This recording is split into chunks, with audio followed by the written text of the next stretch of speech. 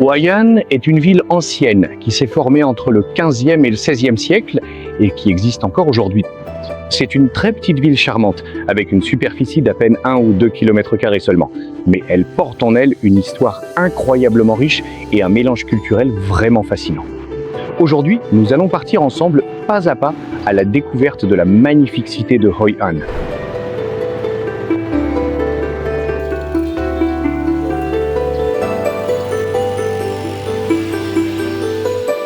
Dès le petit matin, alors qu'il n'y avait pas encore beaucoup de touristes à Hoi An, nous avons pu capturer quelques images de la vie des travailleurs locaux. Ils vivent ainsi depuis des générations. Pourtant, ils continuent de préserver tout ce qui constitue l'identité propre à chaque peuple.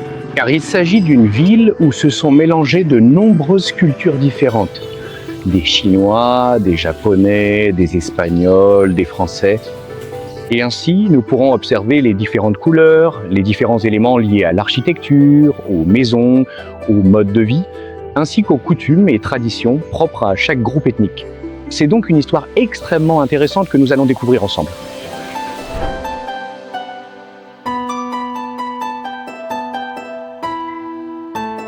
L'un des monuments architecturaux les plus emblématiques de Hoi An est sans aucun doute le pont-pagode japonais, le Tuakao.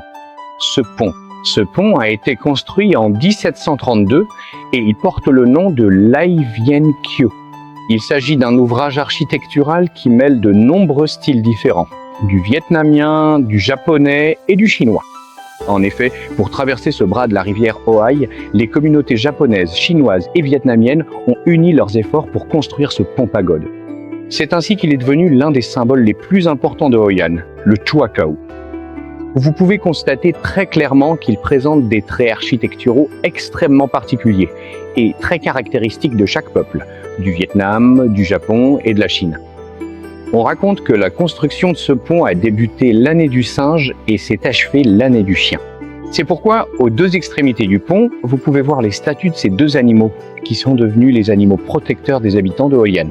Et maintenant, je vous invite à nous suivre à l'intérieur pour traverser ce pont, afin que nous puissions constater une fois de plus le métissage culturel entre les différents peuples qui cohabitent à Hoi An.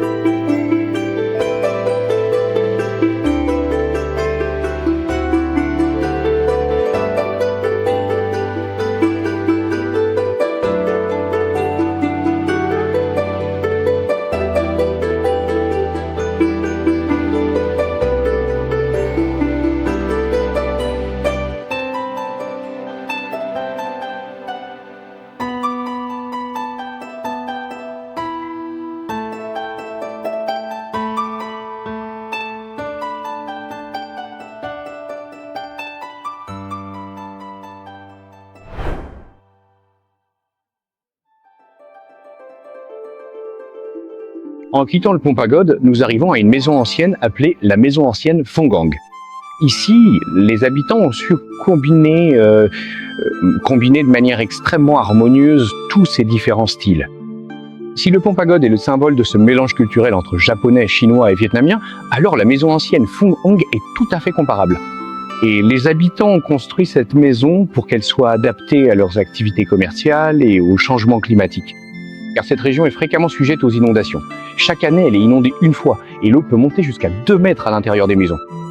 Et pour pouvoir faire face à ces aléas climatiques, les habitants ont adopté un style de construction remarquable. C'est une maison qui allie les styles vietnamiens, japonais et chinois de manière extrêmement harmonieuse. C'est donc une autre preuve qui illustre l'intégration culturelle, ce mélange culturel si particulier des habitants de Hoi An.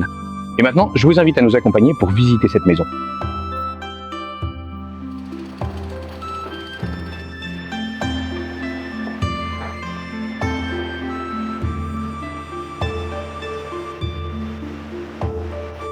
Comme vous pouvez le constater, il s'agit d'une maison ancienne qui a plusieurs centaines d'années.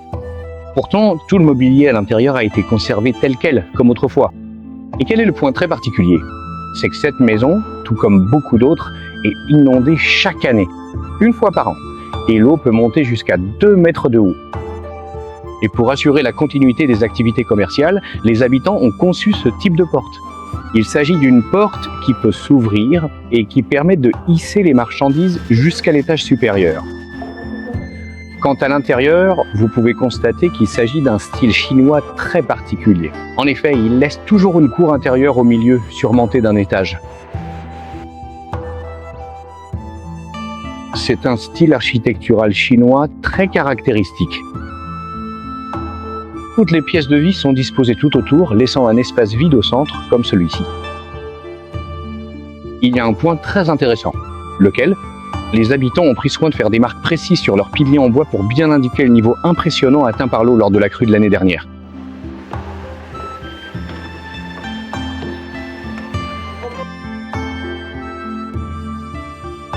Ce côté-ci sert uniquement à la vente. Mais auparavant, c'était un espace de vie. Et maintenant, en raison du développement continu du commerce, cela a changé. Il s'agit donc bien d'un style architectural qui s'inspire directement des traditions chinoises ancestrales, ce qui lui confère une esthétique vraiment unique. Au niveau du toit, ce toit à 4 pans est de style japonais, tandis que les portes sont de style vietnamien.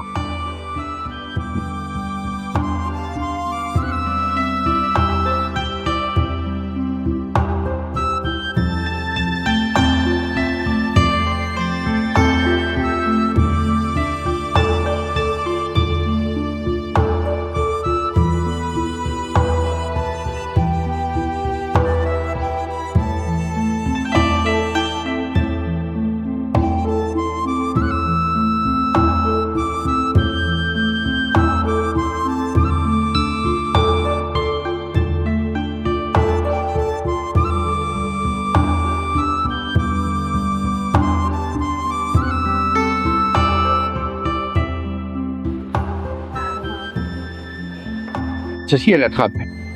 La porte qui permet, lorsque l'eau monte, de l'ouvrir pour transporter les marchandises à l'étage. C'est une histoire très intéressante, une adaptation parfaite aux conditions climatiques et météorologiques.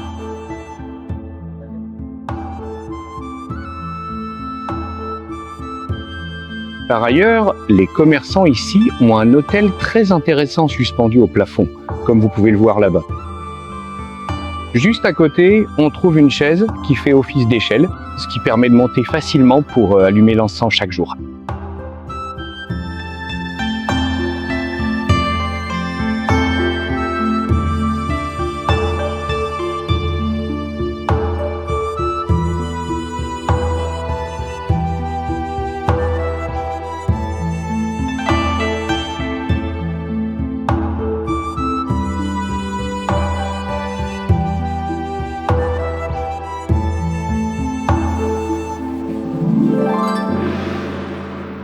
La maison ancienne Kwangtong, véritable joyau architectural, est également considérée comme l'une des plus belles et des plus remarquables maisons anciennes de toute la ville de Hoi An.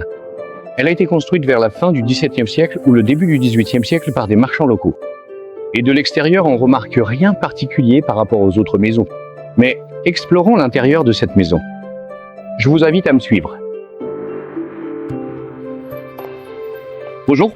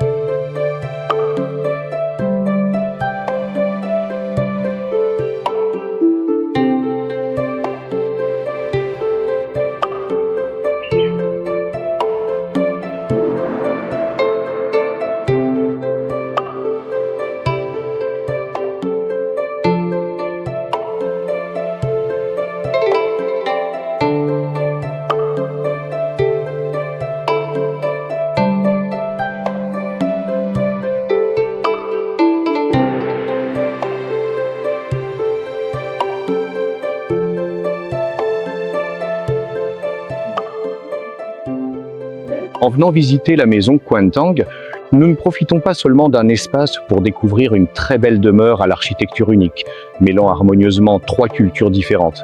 Mais dans cette maison ancienne, nous avons aussi l'occasion privilégiée de goûter à des plats traditionnels typiques de Hoi An. On y trouve notamment le célèbre Khao Lao et de délicieuses nouilles locales. Ici, je sais pas vraiment pourquoi ça s'appelle Cao Lo. Mais il est clair que c'est un plat très intéressant, car il mélange de nombreuses formes différentes. Ça ressemble un peu au mi kwang. Il y a des nouilles épaisses et courtes, comme celle-ci, mélangées avec des herbes aromatiques, et surtout, il y a cette galette de riz frite croustillante. Et en plus de ça, des morceaux de viande, de la viande maigre, du filet de porc très savoureux. Tous ces ingrédients sont mélangés avec une sorte de sauce très spéciale que seuls les habitants de Hoi An savent préparer. Et au moment de manger, on peut tout à fait l'accompagner de piment et de citron. C'est donc l'un des plats les plus emblématiques. Ce plat, en tant que touristes, nous pouvons tout à fait le déguster, mais c'est avant tout un plat populaire destiné aux travailleurs qui vaquent à leurs occupations quotidiennes. À l'heure du déjeuner ou le matin, ils peuvent manger un bol de Cao Lao, comme celui-ci, pour remplacer un déjeuner, un petit déjeuner, voire même un dîner. En dehors de ce plat, à Hoi An, nous pouvons également déguster d'autres mets, servis directement dans la maison ancienne Kwantang. Il y a ce plat de riz au poulet, les wontons frits, les roses blanches, les rouleaux de printemps frits et les frites. C'est-à-dire qu'il y a un mélange entre des plats traditionnels et des plats plus récents pour répondre aux besoins et aux attentes des visiteurs venus de partout. C'est un point très intéressant. Et maintenant, je vous invite à déguster ces plats avec moi.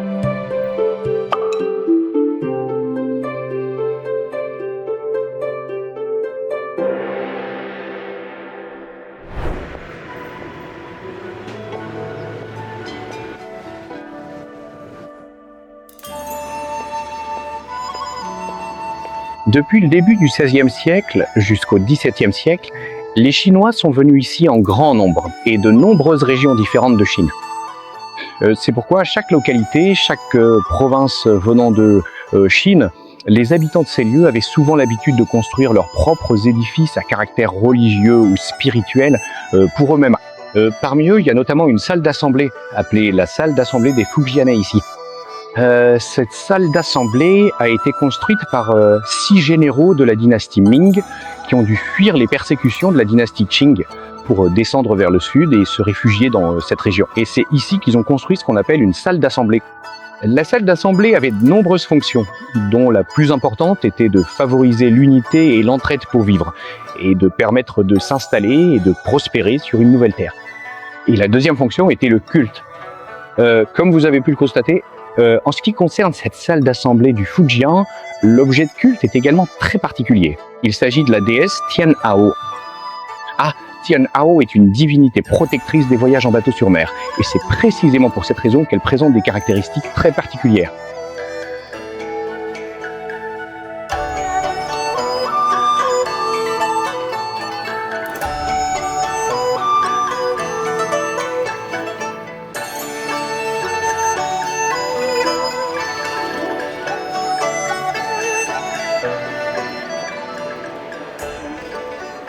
Nous sommes actuellement dans l'enceinte de la salle d'assemblée du Fujian. Et comme vous le savez, l'une des fonctions très importantes de ces salles d'assemblée est de rassembler et d'unir les personnes venues chercher fortune loin de chez elles, en provenance de la région du Fujian en Chine. Et c'est précisément pour cette raison que nous pouvons voir ici très clairement leur façon d'agencer les lieux. Tout d'abord, juste à l'extérieur, il y a une table très grande et large avec de nombreuses chaises tout autour, permettant aux gens de se rassembler ici pour se soutenir et s'entraider dans leur vie quotidienne et leur développement économique.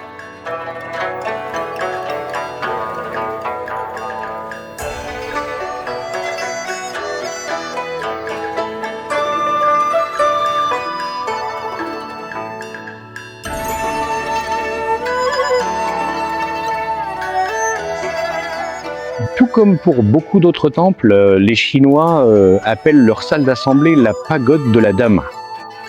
Et bien sûr, nous retrouvons le principe du Bouddha devant, saint derrière. C'est l'un des styles de culte spécifiques. Ça ressemble dans une certaine mesure au style de culte des Vietnamiens du Nord. Quant au sanctuaire arrière, comme vous pouvez le constater, il s'agit de la statue de la déesse Tien Hau. Et sur les deux côtés se trouvent les deux saints qui assistent la déesse.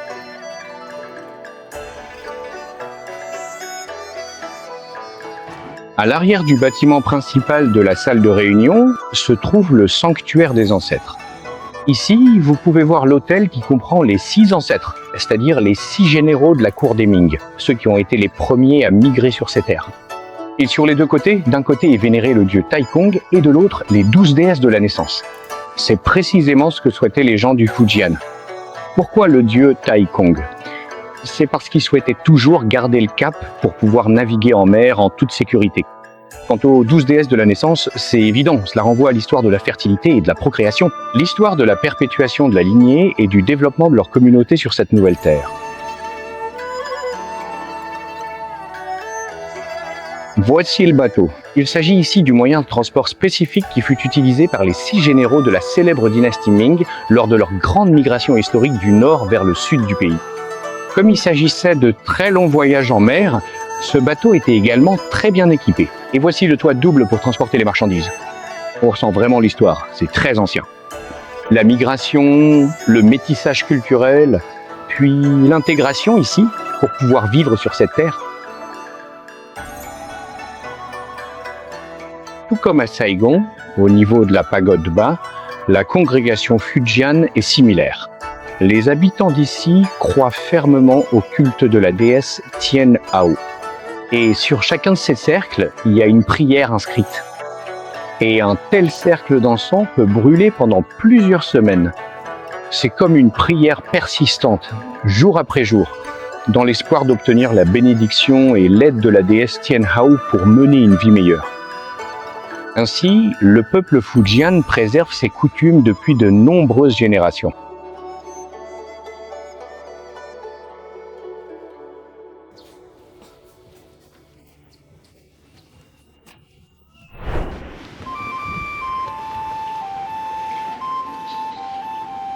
À Hoi An, si les Chinois ont leur propre congrégation, les Vietnamiens ont aussi leurs propres édifices, et ce sont les maisons communales. La maison communale est le lieu de vie culturel et spirituel des Vietnamiens, et celle-ci s'appelle Cam Pho. La maison communale de Cam Pho, également appelée Cam Pho Hung Dien, est dédiée au culte des ancêtres fondateurs et des sages. Et ici, cet endroit, cette maison communale, constitue l'un des ouvrages architecturaux les plus représentatifs et uniques du peuple vietnamien à Hoi An. Et elle existe depuis le XVe siècle jusqu'à aujourd'hui. Et encore aujourd'hui, vous pouvez observer très clairement la différence dans l'architecture et dans la culture architecturale du peuple vietnamien. Il se compose d'un bâtiment principal au toit incurvé, recouvert de tuiles yin-yang, et de 2 pavillons latéraux, le pavillon de gauche et le pavillon de droite.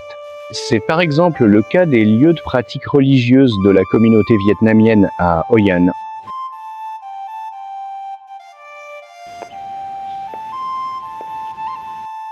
Et c'est précisément là le style architectural purement vietnamien.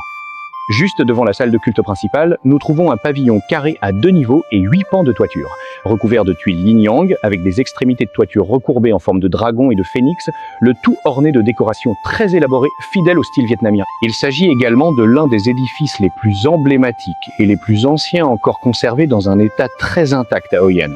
En effet, cette maison communale a été construite au début du XVe siècle, mais elle a ensuite été restaurée à 2 reprises vers la fin du XIXe siècle, en 1882 et en 1889. Et depuis lors, la maison communale a conservé son aspect intact tel que nous le voyons aujourd'hui, bien qu'elle ait été construite au début du XVe siècle. Cependant, cette maison communale a été restaurée à 2 reprises à la toute fin du XIXe siècle, sous le règne de la dynastie Nguyen.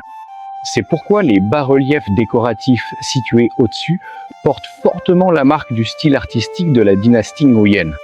Il s'agit de peintures décoratives, réalisées avec des morceaux de céramique et de porcelaine bleue incrustés sur le dessus. C'est là un aspect très particulier de cette maison communale.